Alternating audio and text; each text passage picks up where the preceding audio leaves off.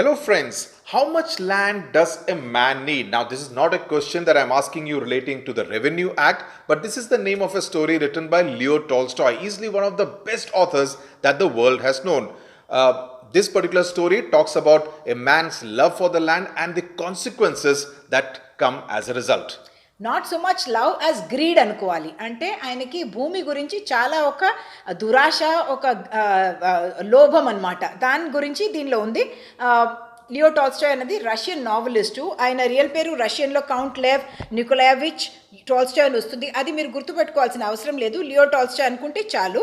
One of the greatest novelist. ఆయన రాసింది ఆనా కార్నీవ్నా అన్నది చాలా ఫేమస్. అలాగే వార్ పీస్ అన్నది చాలా ఫేమస్. ఇంకోటి ఆయన the Kingdom of God is with in you అని ఒకటి రాశారు. దానిలో ఏంటంటే అహింసతోటి సివిల్ డిసొబీడియన్స్ దాని గురించి రాశారు. దాన్ని ఇన్ఫ్లుయెన్స్ అయ్యి మన మహాత్మా గాంధీ కానీ మార్టిన్ లూథర్ కింగ్ కానీ వాళ్ళ ఫిలాసఫీస్ కూడా చాలా ఇన్ఫ్లుయెన్స్ అయ్యాయి ఈయన రైటింగ్స్ తోటే. So you realize that he's not just a writer, he's also someone who influenced world leaders like Martin Luther King and Mahatma Gandhi. So in that sense, his influence over the politics of his times is immense. ఇది కథ ఒకటి. పహోమ్ అన్న ఒక రైతు గురించి. ఆయన ఒక ఊర్లో ఉంటప్పుడు ఒకసారి అనుకుంటాడనమాట, నాకు కొంచెం బాగా భూమి ఉంటే నేను దెయ్యంని కూడా చూసి కూడా భయపడను అనుకుంటాడు. అప్పుడు దెయ్యం అక్కడ ఉంటుందట. తను అనుకుంటుంది, ఆహా అట్లా అంటున్నావా నువ్వు, నీకు నేను ఒక సవాలు విసురుతాను, తర్వాత నువ్వు దాని లోపలనే వెళ్ళిపోతూ ఉంటావు, లాస్ట్లో నువ్వు నా వశం వచ్చేస్తావు అనుకుంటుందట. దాని తర్వాత కహానీ ఉంటుందన్నమాట. స్టోరీ అక్కడ నుంచి ప్రొసీడ్ అవుతుంది. ఈయన ఎట్లా ల్యాండ్ కొంచెంగా అక్వైర్ చేస్తూ ఉంటాడు. ఫైనలీ ఆయన లైఫ్ కూడా వెళ్ళిపోతుంది. ఆయనకు అంత ల్యాండ్ వస్తుంది కానీ అదేం యూస్ లేకుండా పోతుంది. అంటే గ్రీడ్ అన్నది మనకి ఓన్లీ లీడ్స్ టు మిజరీ. మనము అట్లాంటి ఆశలు చాలా ఎక్కువ ఉంటే మనకు అది దుఃఖమే మనకి ఇస్తుంది అన్నది ఈ కహానీ సారాంశం అనమాట. స్టార్ట్ అయ్యేది కూడా ఫస్ట్ పారాగ్రాఫ్, ఇద్దరు అక్క చెల్లెలు మాట్లాడుకుంటూ ఉంటారు. అంటే ఇది యాక్చువల్లీ పహోమ్ అని ఆయనది భార్య, వాళ్ళ అక్క ఊరు నుంచి వచ్చి ఉంటుంది. తను అంటది బిజినెస్ మ్యాన్ వాళ్ళ లైఫ్, ట్రేడ్స్ మ్యాన్ అని రాశారు ఇక్కడ. ట్రేడ్ చేసేవాళ్ళు అంటే బిజినెస్ చేసేవాళ్ళు, వాళ్ళ లైఫ్ చాలా బాగుంటుంది ఊర్లో అని తను అంటూ ఉంటుంది. అప్పుడు ఈయన వైఫ్, పహోమ్ అన్న రైతు వైఫ్ అంటది, కాదు మేమైతే భూమి వదులుకోము, మాకు ఇదే నచ్చుతుంది అనుకుంటుంది. అప్పుడు పహోమ్ ఇది వింటూ ఉంటాడు. ఆయన కూడా అనుకుంటాడు, అవును మేము రైతులము, మాకు మా భూమే చాలా మంచిది, అండ్ భూమి నాకు కొంచెం ఉంటే గనక నాకు దయ్యంని కూడా చూసి నేనేం భయపడను అంటాడు. అప్పుడే దయ్యం వింటది అనమాట. The devil heard all that was said. He was pleased that the peasant's wife had led her husband into boasting. All right, thought the devil, we will have a tussle.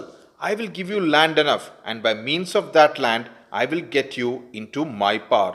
Boasting ante something, when you are bragging about something, when you are saying things which are actually not true, but you are generally trying to say things beyond what it is actually in reality. బడాయి అనుకోవచ్చు, జల్లి అంటే అట్లా చెప్పుకోవడం అనమాట. Close to the village there lived a lady, a small landowner who had a large estate. News got about that the lady was going to sell her land to her overseer, a retired soldier.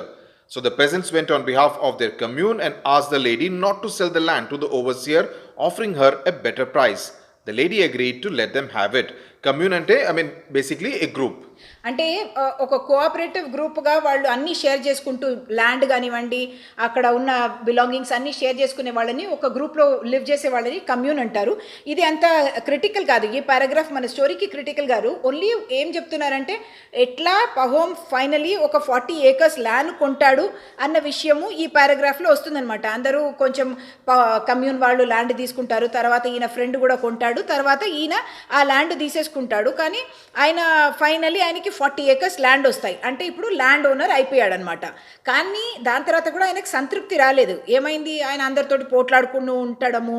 మళ్ళీ ఒక్కసారేమో ఒక present వేరెక్కడి నుంచో ఒక ఆయన వచ్చాడట. ఒక ఓల్గా అన్న ఒక చోటకి అవతల నుంచి ఒక ఆయన వచ్చాడట. ఆయన వచ్చి చెప్తాడు, ఇక్కడ కాదు కొంచెం దూరంలో కమ్యూన్ ఇంకొకటి ఉంది, అక్కడున్న వాళ్ళు అక్కడ ఎవరైనా వెళ్తే వాళ్ళ కమ్యూన్లో జాయిన్ అవుతే వాళ్ళకు 25 acres ల్యాండ్ భూమి ఇస్తారట అని అంటాడు. అంటే ఈయనకి మనసులో చాలా ఆశ పుడుతుంది. అయ్యా నాకు 25 acres వస్తాయా, ఫ్రీగా ఇచ్చేస్తారా అనుకొని ఇక్కడ అంటే ఎట్లాంటి భూమి ఇస్తారట, చాలా ఫర్టైల్ ల్యాండ్, దానిలో there is a line here. The land was so good, he said, that the rye grown on it grew as high as a horse. Rye అన్నది మన గోధుమ లాంటి ఒక ధాన్యం అన్నమాట. అది గుర్రం ఎత్తుకి అది గ్రో అవుతుందట. అంటే చాలా బాగా గ్రో అయ్యే ల్యాండ్ ఇస్తారు అని చెప్పినప్పుడు ఈయన ఫస్ట్ టైం ఏం చేస్తాడు, గ్రీడ్లో అట్లా వెళ్ళిపోడు. ఒకసారి he visited the place, it was just as the stranger head said, ఆ అపరిచితుడు చెప్పినట్టే ఉంది కాబట్టి ఆయన ఇంటికి వచ్చేసి ఈయనకు ఆల్రెడీ భూమి ఉంది కదా 40 acres కొనుక్కున్నాడు, దాన్ని అమ్మేసి మళ్ళీ అక్కడికి కొత్త సెటిల్మెంట్కి వెళ్ళిపోతాడు. So you know that all this is actually being in a way set up because you already know from the devil, because the devil has said already, saying that I will give you land enough and by means of that land I will get you into my power. So you realize that the whole thing is being slowly set up. More and more land is being offered to Pahom by some kind of, I mean obviously force. by people, but some kind of an invisible force is probably directing it in order for the devil to get Pahom into its power. Okay. Into its control అనమాట.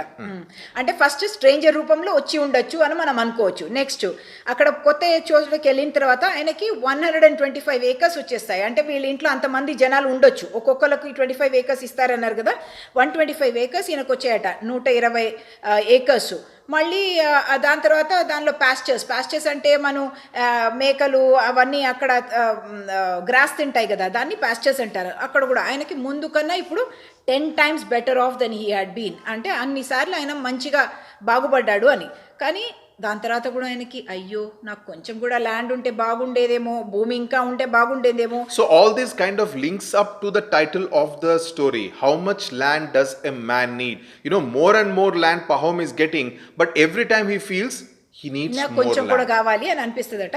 మళ్ళీ ఇంకా ఏమైనా కొనుక్కోవచ్చా అని, అంటే ముందు కూడా land అమ్మేశాడు కాబట్టి ఆయన దగ్గర చాలా డబ్బులు ఉన్నాయి, ఇంకా కొనుక్కోవచ్చేమో అని చూస్తూ ఉంటే ఒకరోజు ఒక డీలర్ వచ్చి చెప్తాడనమాట, ఇక్కడ నుంచి ఒక ల్యాండ్ ఆఫ్ ద బష్కీర్స్ అనేది ఒక ట్రైబ్ అనమాట. ట్రైబ్ అంటే మన గిరిజనులు అనొచ్చు, మనం ఇండియాలో గిరిజనులు అంటాం, కానీ ఒక జాతి లాంటి వాళ్ళు ట్రైబ్స్, వాళ్ళు చాలా దూరం ఉంటారు. వాళ్ళు అక్కడ మనము చాలా లో ప్రైస్కి మనం ల్యాండ్ తీసుకోవచ్చు అని చెప్తాడు. నువ్వు ఏం చేయాలంటే అక్కడ వెళ్ళి వాళ్ళకు కొంచెం చిన్న చిన్న గిఫ్ట్స్ ఇస్తే కూడా వాళ్ళు చాలా సింపుల్ మనుషులు, అంటే they are as simple as sheep, అంటే గొర్రెల్లాగా చాలా షీప్గా సింపుల్గా ఉంటారు, చాలా ఇన్నసెంట్గా ఉంటారు. కాబట్టి వాళ్ళకు మీకు చాలా చీప్గానే నీకు ల్యాండ్ దొరికిపోతుంది. అంటే ఇమీడియట్లీ ఈయనేమనుకున్నాడు, ముందేమో ఫస్ట్ విజిట్ చేసి వచ్చాడు, ఈసారి immediately decided to go to the land of the Bashkirs. ఇప్పుడు ఇమీడియట్లీ వెళ్ళిపోయాడు అనమాట. ఒక ట్రస్టెడ్ సర్వెంట్ని కూడా తీసుకెళ్ళాడు ఆయనతోటి, అంటే నమ్మకమైన ఒక సర్వెంట్ని కూడా ఆయనతోటి తీసుకెళ్ళాడు. అది ఆ టౌన్కి వెళ్ళే మధ్యలో ఒక టౌన్లో ఆగి ఆయన అక్కడ కొంచెం కేస్ ఆఫ్ టీ అంటే ఒక బాక్స్ అనమాట. కేస్ అనేది ఇక్కడ ఒక వుడెన్ బాక్స్ని కేస్ అంటారు. Case of tea, some wine and some presents అన్నీ కొనుక్కున్నాడు. And on the 7th day, అంటే 7 days పట్టింది వాళ్ళకి అక్కడ వెళ్ళడానికి.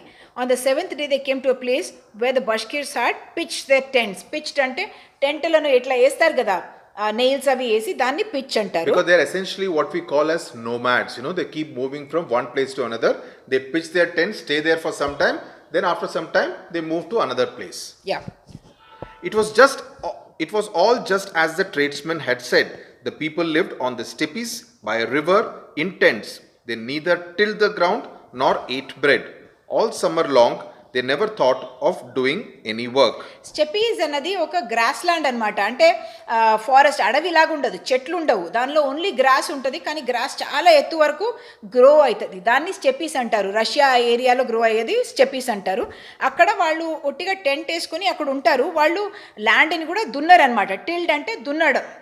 దున్నుతేనే మనకు అగ్రికల్చర్ చేయొచ్చు కదా, దానిలో ధాన్యాలు వేసి మళ్ళీ వస్తాయి, విత్తనాలు వేస్తాము మళ్ళీ వస్తుంది. అట్లా ఏం చేసుకోరు, వాళ్ళకంటే బాగా అక్కడే అట్లాగే గ్రో అయిపోతుంది, అట్లాంటి ల్యాండ్ అనమాట. అండ్ సమ్మర్ మొత్తం వాళ్ళు ఏం పనే చేసుకోరు అని అంటున్నారు. అప్పుడు ఆయన అక్కడ వెళ్ళి అందరికీ ప్రెజెంట్స్ అది తీసుకొని బష్కీర్స్ ఇస్తే వాళ్ళు చాలా సంతోషపడ్డారట. అండ్ మీకేం కావాలి అని అడిగారట. అప్పుడు నాకు ఇక్కడ అన్నిటికన్నా నచ్చింది అయితే మీ ల్యాండే, మా ల్యాండ్ చాలా క్రౌడ్ అయిపోయింది అండ్ ఎగ్జాస్టెడ్, అంటే క్షీణించిపోయింది చాలా, దానిలో ఇంకా గ్రో చేయడం చాలా కష్టం, కాబట్టి మీ దగ్గర మంచి భూమి ఉంది కాబట్టి నాకు అది ఇవ్వండి అంటారు. వాళ్ళు ఇమీడియట్లీ ఓకే అండి మీరు తీసుకోండి ఎంతైనా. And it also shows that Pahom is actually quite a clever and a smart type. I mean, he has carried presents for them to keep them happy, you know. So he understands what works. You know, if he has gone away straight and asked for their land, they may not have given, but he first tries to please them by giving them gifts. And then the chief of the Bashkirs arrived.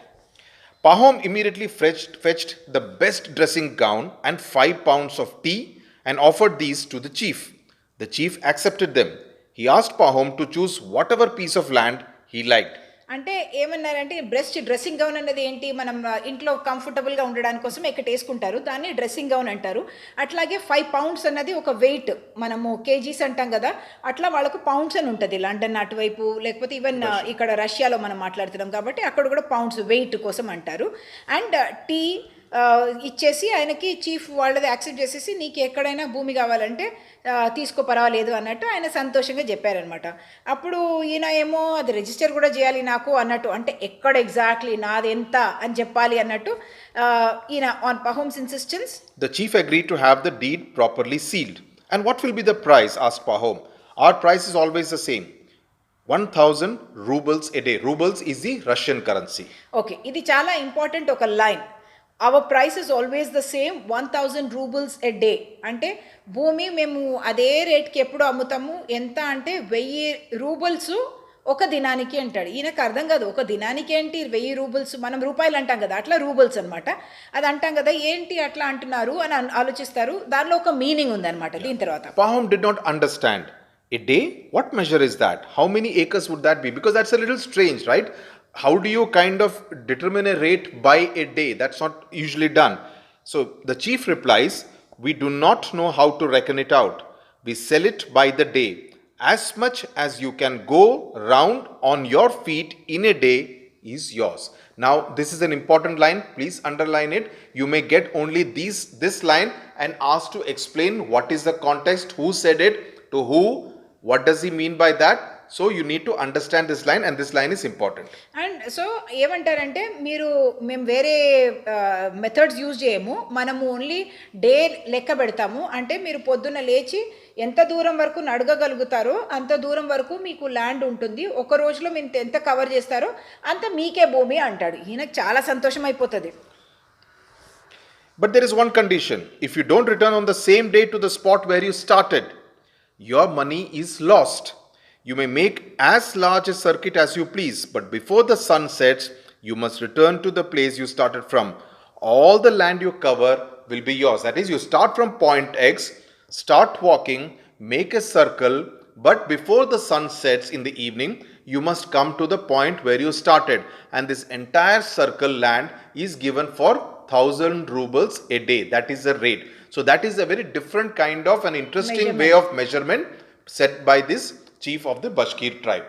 అంటే ఒక రోజులో మీరు ఎంత land cover చేయగలుగుతారో అంత, అంటే మీరు ఇక్కడ నుంచి స్టార్ట్ చేశారంటే స్క్వేర్గా వెళ్ళండి, లేకపోతే ట్రయాంగిల్గా వెళ్ళండి, ఏమైనా మీ షేప్ చేసుకోవచ్చు, కానీ ఎంత కవర్ చేసి, కానీ సూర్యుడు సన్సెట్ అయ్యే ముందు మీరు అక్కడికి వచ్చేసేయాలి. ఎంత ల్యాండ్ కవర్ చేస్తారో అది మీది, కానీ అటు రాకపోతే అంతా పోయినట్టే అన్నట్టు అంటారు.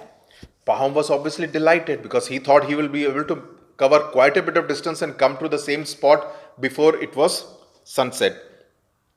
He lay on his bed but could not sleep, obviously, because he was very excited, because he was by nature very greedy.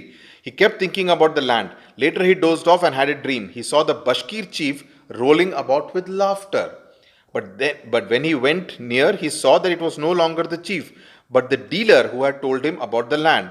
But then he noticed that it was not the dealer, but the peasant who had come up from the Volga.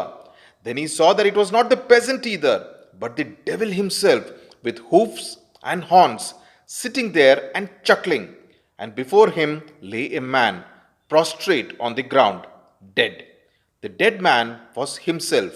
He awoke, horror-struck. There are quite a few important words here which you need to remember, because they may come in section C, in the grammar section, where you will need to know the spelling, the meaning of the word, and if there is any word with the consonant which is silent. So please mark all the important words which we will just explain. It's a very important paragraph even otherwise, because దీనిలోని ఈ entire స్టోరీది ఒక gist కూడా ఉంది. ఏంటంటే different ఫామ్స్లో ఆ devil అంటే దెయ్యమే వస్తుంది different ఫామ్స్లో. ఈయనకి కనిపిస్తుంది కూడా, అది ఆయన డ్రీమ్ లాగా ఒక విజన్ చూస్తున్నాడు, కళ చూస్తున్నాడు. అంటే ఫస్ట్ అయితే చాలా అయ్యో రేపు చాలా పొద్దున్న లేచి నేను వెళ్ళిపోతాను అనుకుంటున్నాడు, కానీ నిద్రపోయినప్పుడు ఇదంతా వస్తుంది. ఏంటి, ఫస్ట్ బష్కీర్ చీఫ్ లాగా ఉన్నాడు, తర్వాత చూస్తే డీలర్ అంటే ఇక్కడ ల్యాండ్ ఉంది అని ఒక ఆయన చెప్పాడు కదా, ఆయన అనుకున్నాడు. దాని తర్వాత డీలర్ కూడా కాదు, ఒక ఆయన ఫస్ట్ రైతు వచ్చి అక్కడ వోల్గాలో 25 ఎకరాలు ఇస్తున్నారని చెప్పిన ఆయన లాగుంది. దాని తర్వాత దయ్యంలాగే ఉంది, with hoofs and horns. Hoofs అంటే ఏంటంటే గుర్రంకి కాళ్ళలో ఇట్లా ఉంటాయి కదా, ఒకటి వేస్తారు కదా ఫ్రేము, దాన్ని హూఫ్స్ అంటారు.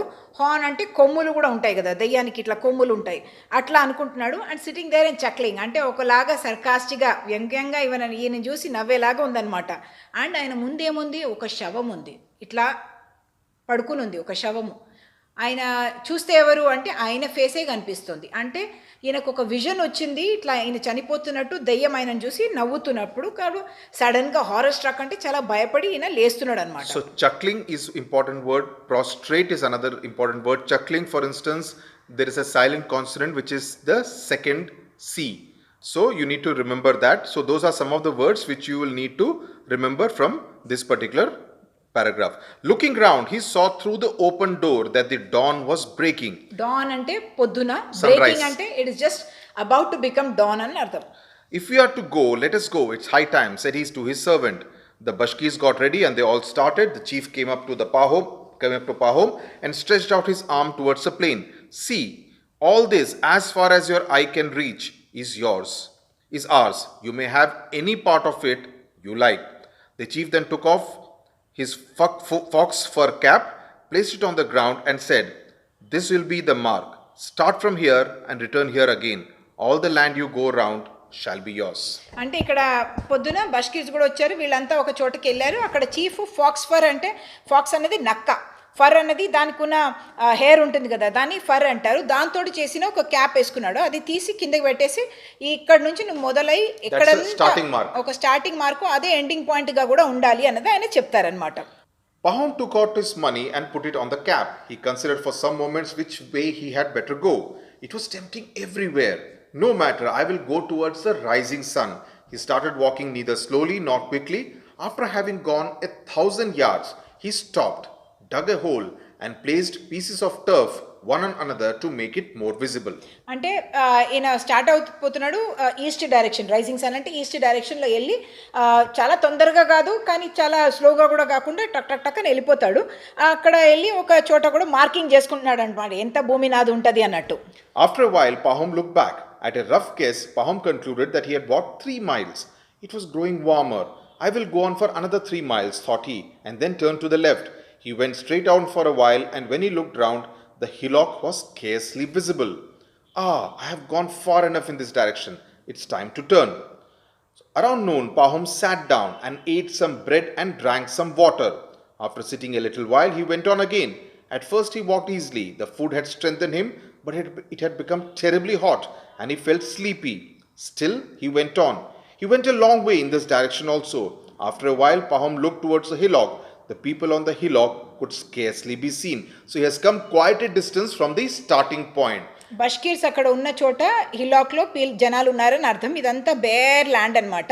ఇక్కడ ఒక డైరెక్షన్లో వెళ్ళి 3 miles వెళ్ళాడు, మళ్ళీ ఇంకా 3 miles వెళ్తాను అనుకుంటున్నాడు. కొంచెం హాట్ అవుతూ ఉంది, అంటే సన్ వచ్చేస్తుంది కదా, హాట్ అవుతూ ఉంది. అండ్ కొంచెం బ్రెడ్ అది నీళ్లు అది తాగాడు. అప్పుడు కొంచెం శక్తి వచ్చినప్పుడు కొంచెం కూడా వెళ్ళాడు ముందుకు. కానీ ఇంకా హాట్గా అవుతున్నప్పుడు చూస్తే చాలా దూరంలో అసలు మనుషులే కనిపించట్లేదు ఆ హిలాక్ దగ్గర. I have made the sides too long. I must make this one shorter. And he went along the third side, stepping faster. He looked at the sun. He was still 10 miles from the goal because he has been marking, so he has an idea about how much distance he has covered. హిలాక్ అంటే చిన్న హిల్ని, చిన్న పర్వతం ఉంటే దాన్ని హిలాక్ అంటారు. No, though it will make my land lopsided, I must hurry back in a straight line now. Pahom went straight towards the hillock, but he now walked with difficulty. He longed to rest. Oh dear, if only I had not blundered trying for too much. What if I am too late? He was still far from his goal. He began running. So that's the first time he's kind of realizing that did he make a calculation mistake by trying to be too greedy for too much land.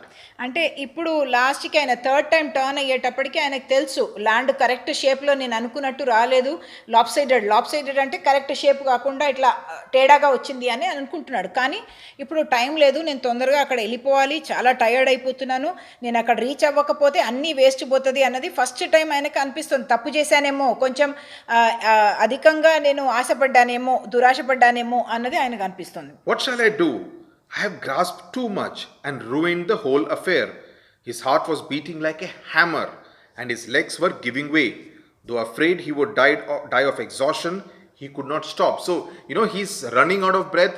his heart is beating like a hammer, that is beating very fast. He knows he's running against time because he has to reach the starting point. Otherwise, the whole effort would go completely waste. దీని ముందు పారాగ్రాఫ్లో కూడా బ్లండర్డ్ అని వచ్చింది. అది ఒక mistake, కానీ చాలా పెద్ద మిస్టేక్ని బ్లండర్ అంటారు. అంటే మిస్టేక్ అనేది చిన్న విషయము, బ్లండర్ అంటే చాలా పెద్ద మిస్టేక్ని బ్లండర్ అంటారు. అందుకని ఆయన పరిగెత్తడం మొదలు పెట్టాడట. అప్పుడు ఏమనుకుంటున్నాడు, అయ్యో నేను ఐ గ్రాస్ప్ అంటే పట్టుకోవడం, ఎంత పట్టుకున్నాను, చాలా ఎక్కువ పట్టేసుకున్నాను, కాబట్టి రూయిన్ ద హోల్ అఫేర్ అంటే అన్నిటినీ నాశనం చేసేసాను అనుకుంటున్నాడు.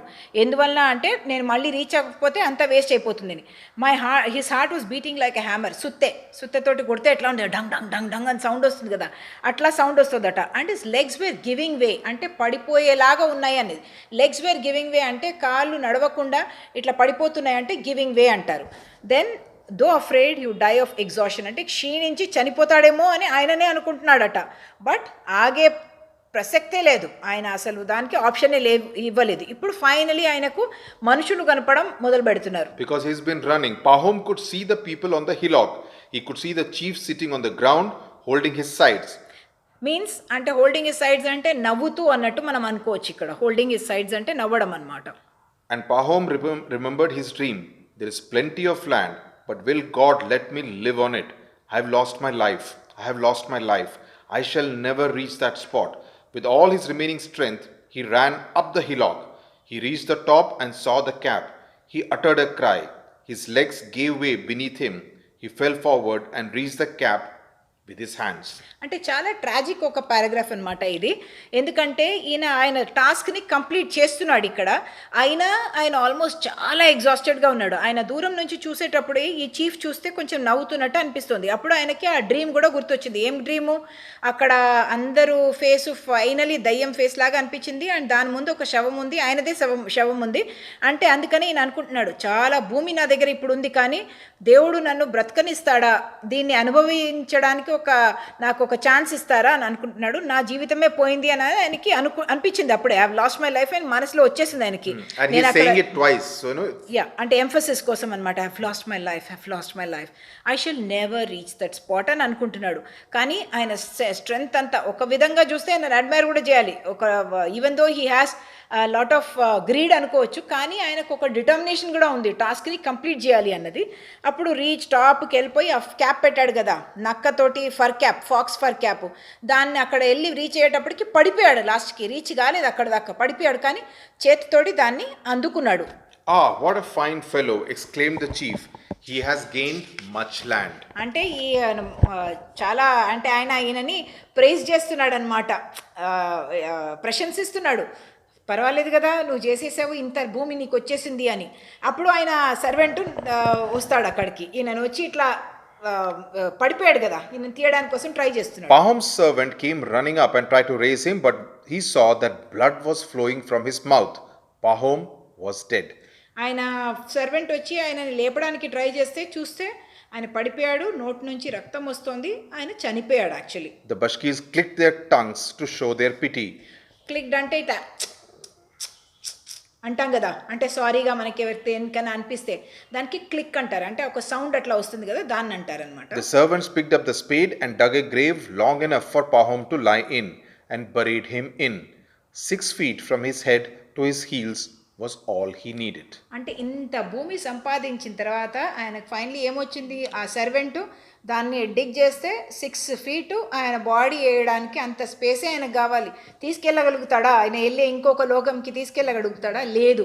అంటే గ్రీడ్ అన్నది మనం చేస్తే దానికి పరిణామము ఇట్లాగే ఉంటుంది అన్నది దీనిలో ఒక చెప్పబడిన ఒక సారాంశం. It has a moral for everyone, because there are so many people who amass a lot of wealth, a lot of land they buy, but at the end of the day it's finally just 6 feet of land that a man or a woman needs when they actually pass away. ఇక్కడ grave అన్న ఒక word వచ్చింది. Grave అన్నది ఒక meaning ఏమో చాలా serious అయిన ఒక విషయాన్ని గ్రేవ్ అంటాము. గ్రేవ్ ఎర్రర్ అంటే సీరియస్ ఎర్రర్. కానీ ఇక్కడ సమాధి, ఈయన కోసం ఆయన డిగ్ చేశాడు కదా భూమిలో, ఒక 6 feet డిగ్ చేశాడు కదా, దాన్ని సమాధి, గ్రేవ్ అంటారు. So that is as far as this story by Leo Tolstoy is concerned. It has very deep meanings also, apart from the main meaning of the greed of Pahom that we come to know about.